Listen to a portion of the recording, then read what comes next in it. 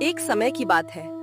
बिहार के एक छोटे से गांव रामपुर में रामू नाम का एक गरीब किसान रहता था, लेकिन बहुत ही चतुर। उसके पास ज्यादा जमीन नहीं थी, बस 2 बीघा खेत और एक छोटी सी झोपड़ी थी। लेकिन रामू मेहनती और ईमानदार था। उसी गांव में ही धनराज नाम का एक बहुत अमीर सेठ रहता था।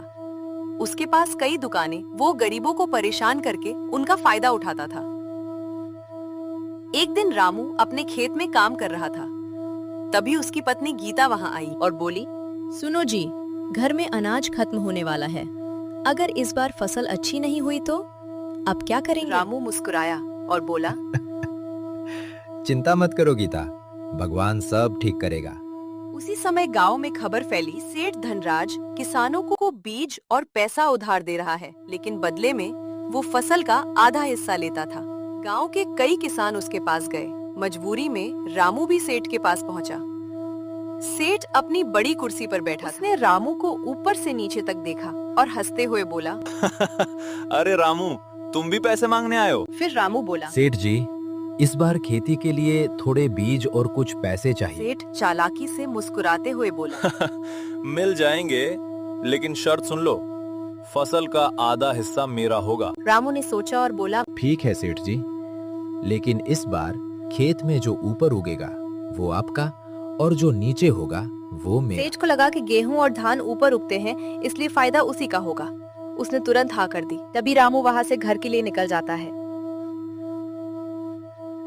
फिर घर पहुँचते ही गीता ने रामू से पूछा, क्या हुआ जी, आप सेठ जी के यहाँ से इतने जल्दी आ गए? रामू मुस्कुराते हुए बोला, अब देखना लालच का क्या हाल होता है। अगले दिन रामू ने खेत में आलू, मूली और गाजर बो दिए। कुछ महीनों बाद फसल तैयार हो गई। सेठ खुशी खुशी खेत पर आया। उसने देखा कि ऊपर तो सिर्फ पत्ते हैं और असली फसल जमीन के नीचे। सेठ गुस्से से चिल्लाया। ये क्या किया तुमने? रामू शांत होकर बोला, सेठ जी, आपने खुद कहा था कि ऊपर वाला हिस्सा आपका होगा। गांव वाले हंसने लगे। सेठ को बहुत शर्म आई, लेकिन लालच अभी भी खत्म नहीं हुआ था।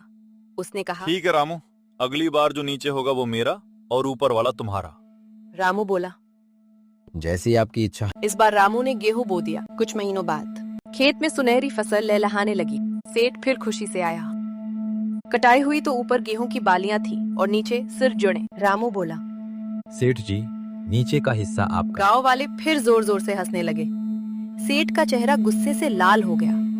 अब सेठ ने सोचा, ये किसान मुझसे ज्यादा चालाक है, लेकिन मैं इसे सबक जरूर सिखाऊंगा।